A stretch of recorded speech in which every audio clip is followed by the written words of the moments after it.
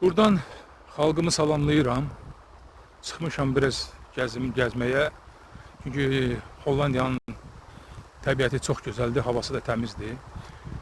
Biraz da söhbət eləmək istəyirəm. Dünən mənə bir video rast gəldi qabağıma, İlham Əliyevin çıxışı.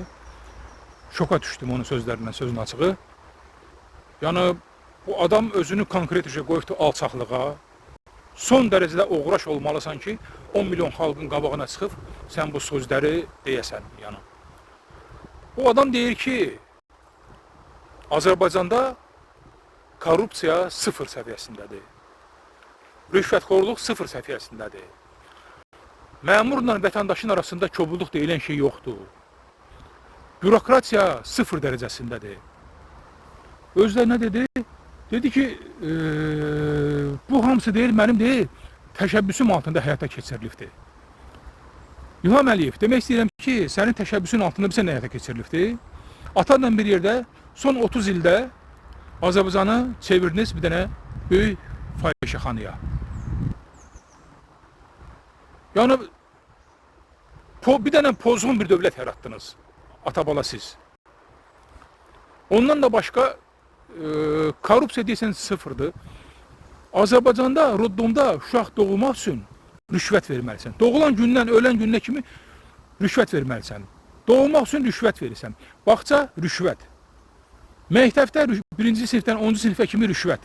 Bu videolarda da var ki, müəllimlərə açıq aydın qızıl əşyalar verirlər. Məktəb direktoruna qızıl əşyalar verirlər. İnstituta qəbul olmaq istənsə rüşvət verməlisən. Diplom almaq istənsə rüşvət verməlisən.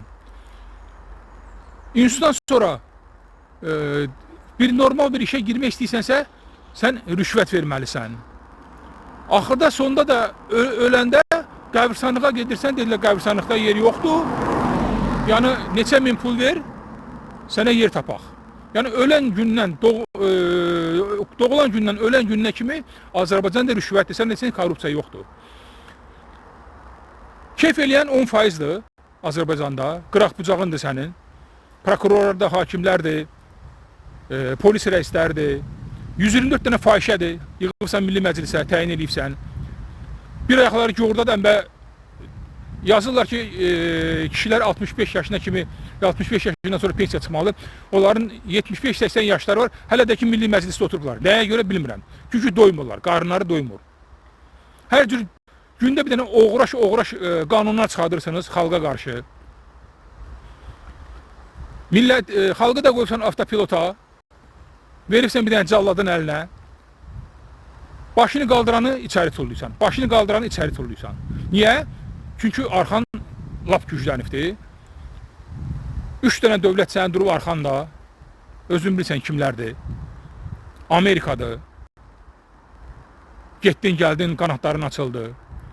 İngiltərədir, hansı ki, gecə-gündüz bizim neftimizi satır. Üçüncü dövlətdə özünüz bilirsiniz ki, bu yaxınlarda sənin keçmiş kürəkən Emin Ağalarov dedi ki, Bakıda tikdiyim evlərin 80%'ni kimlər alırlar? Yəni, bunlar sənin arxanda durubdur. Bakının kəndlərində evləri sökürsünüz. Nədir? Orada sənin kürəkənin kazino tikəcək. Yəni, əziz xalqım, görün bu kim idarə edir bu bizim dövləti? Qumarbaz. Bir adam ki, şalvarını kazinoda uza, sonra gələ dövlət başçısı ola. Siz nə gözləyirdiniz? Prezident ailəsi nümunə olmalıdır. Bunlar kimdilər? Bir diqqətlə baxın. Ata qumarbaz, arvad qurumuş silikon, 2 dənə debil qız gətiriblər həyata. İkisi də boşanmış.